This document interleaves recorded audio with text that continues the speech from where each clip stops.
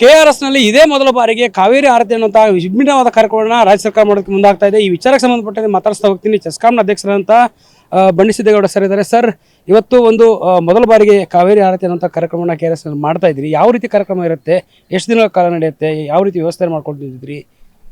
ಕಾವೇರಿ ಆರತಿ ಕಾರ್ಯಕ್ರಮ ಅದು ನಮ್ಮ ಮುಖ್ಯಮಂತ್ರಿಗಳ ಉಪಮುಖ್ಯಮಂತ್ರಿಗಳ ಒಂದು ಕನಸು.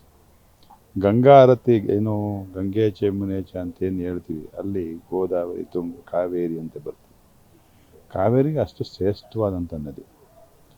ಅಲ್ಲಿ ಎಲ್ಲ ಕಡೆನೂ ಹೋಗಿ ತಾಯಿಗೆ ನಾವು ಬದುಕು ಉಸಿರು ಜೀವನ ಎಲ್ಲ ಕೊಟ್ಟಿರ್ತಕ್ಕಂಥ ಗಂಗಾ ಮಾತೆ ಇರ್ಬೋದು, ಗಂಗಾ ಯಮುನಾ ತುಂಗ ಕಾವೇರಿ, ಇಷ್ಟೆಲ್ಲನೂ ನಾವು ಎಲ್ಲಿಗೆ ನಾವು ಬದುಕಿರೋದೇ ಅದು. ಅದಕ್ಕೆ ನಾವು ಸರ್ವಿಸ್ ಮಾಡ್ತಕ್ಕಂಥದ್ದು, ಸೇವೆ ಸಲ್ಲಿಸ್ತಕ್ಕಂಥದ್ದು, ನಾವು ಗೌರವಿಸ್ತಕ್ಕಂಥದ್ದು, ನಾವು ಪೂಜೆ ಮಾಡಿ ನಾವು ಅದಕ್ಕೆ ಕಾವೇರಿ ಆರತಿ ಮಾಡೋ ಬಗ್ಗೆ ಸ್ವಲ್ಪ ನಮ್ಮ ರೈತರಲ್ಲಿ ಆತಂಕ ಇದೆ. ನಾವು ಅದನ್ನು ಏನಾಗ್ಬಿಡ್ತೋ ಏನೋ ಅಂತ ಆತಂಕ ಪಡ್ಬೇಕಂತ ಅಗತ್ಯ ಇಲ್ಲ.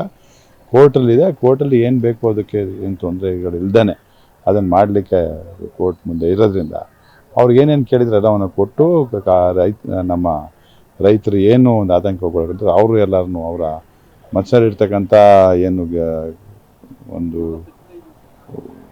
ಅವರ ಮನಸ್ಸಲ್ಲಿರ್ತಕ್ಕಂಥ ಆತಂಕವನ್ನು ನಿವಾರಣೆ ಮಾಡಿ ಅದನ್ನು ಕಾರ್ಯಗತ ಮಾಡ್ತೀವಿ. ಸರ್, ಇವತ್ತು 99 ಕೋಟಿ ರೂಪಾಯಿ ವೆಚ್ಚವನ್ನು ಕಾರ್ಯಕ್ರಮ ಮಾಡೋದ್ರಿಂದ ರಾಜಕೀಯ ಉದ್ದೇಶ ಇದೆ ಅನ್ನೋಂಥ ಮಾತನ್ನು JDS ಶಾಸಕ ಸುರೇಶ್ ಬಾಬು ಹೇಳ್ತಾರೆ. ಈ ರೀತಿ ತುಂಗಾರತಿ ಕಾರ್ಯಕ್ರಮ ಈಗಾಗಲೇ ಮಾಡ್ತಾರೆ, ರಾಷ್ಟ್ರ ಮಟ್ಟದಲ್ಲಿ ಗಂಗಾರತಿ ನಡೀತಾ ಇದೆ.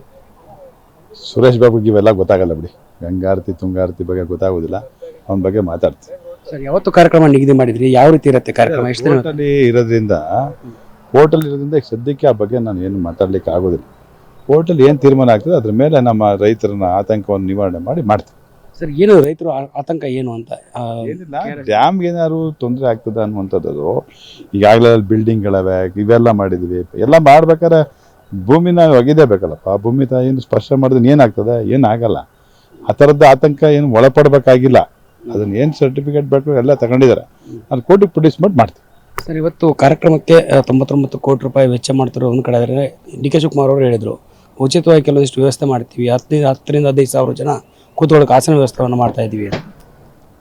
ಇವತ್ತಲ್ಲ ನಾವು ಮಾಡೋದು, ಕಾವೇರಿ ಆರತಿ ಮಾಡ್ತಕ್ಕಂಥ ಸಂದರ್ಭದಲ್ಲಿ ಅದು ಮಾಡ್ತೀವಿ. ಅದು ಕೋರ್ಟಲ್ಲಿ ಇರೋದ್ರಿಂದ ಅದು ಹೇಳೋದ್ರಿಂದ ಇದು ಪ್ರಿಜುಡಿಸ್ ಆಗ್ತದೆ. ಅದರಿಂದ ಥ್ಯಾಂಕ್ ಯು. ಇದಿಷ್ಟು ಬಂಡಿಸಿದ್ದೇಗೌಡರ ಮಾತು. ಕ್ಯಾಮರಾ ಪರ್ಸನ್ ಶಿವ ಜೊತೆ ದುರ್ಗೇಶ್ ನಾಯಕ, ಗ್ಯಾನೆಟ್ ನ್ಯೂಸ್, ಬೆಂಗಳೂರು.